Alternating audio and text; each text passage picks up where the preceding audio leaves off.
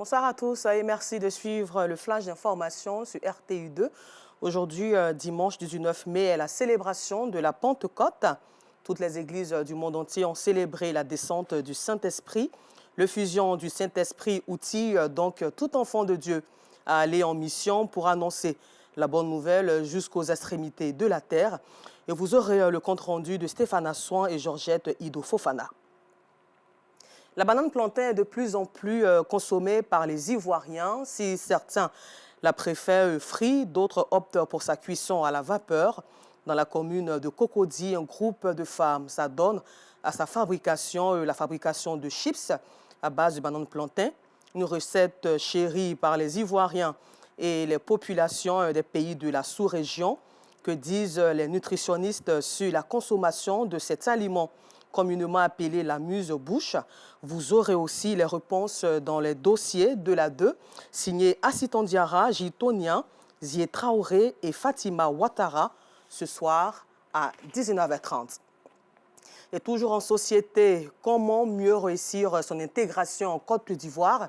La question est au centre des échanges entre les expatriés.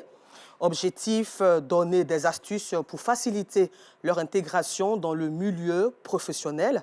Intitulée Expat Expo, cette cérémonie initiée par Mon Bon Séjour est à sa première édition. Georgette Ido Fofana nous en parle ce soir. Et toujours en Côte d'Ivoire, il faut savoir qu'à compter de ce dimanche 19 mai, les Ivoiriens rendent hommage à l'ancien président Henri Konan Bédié, décédé en août dernier à l'âge de 89 ans. Un hommage de 2 semaines suivi de son enterrement.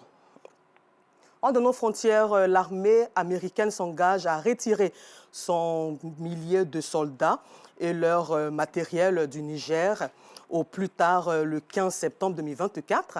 C'est ce qui ressort de plusieurs jours de négociations entre les armées nigériennes et américaines à Niamey. Le communiqué conjoint signé par les deux parties précise que le retrait se fera dans le respect mutuel et la transparence. En République démocratique du Congo, des tirs ont été entendus ce dimanche 19 mai, toujours autour de la résidence du vice-premier ministre Vital Kamerhe à Kinshasa. Le porte-parole des forces armées évoque une tentative de coup d'État qui a échoué. Et puis nous terminons ce flash d'information en Iran, où un hélicoptère de la présidence de l'Iran a été impliqué ce dimanche dans un accident dans le nord-ouest du pays.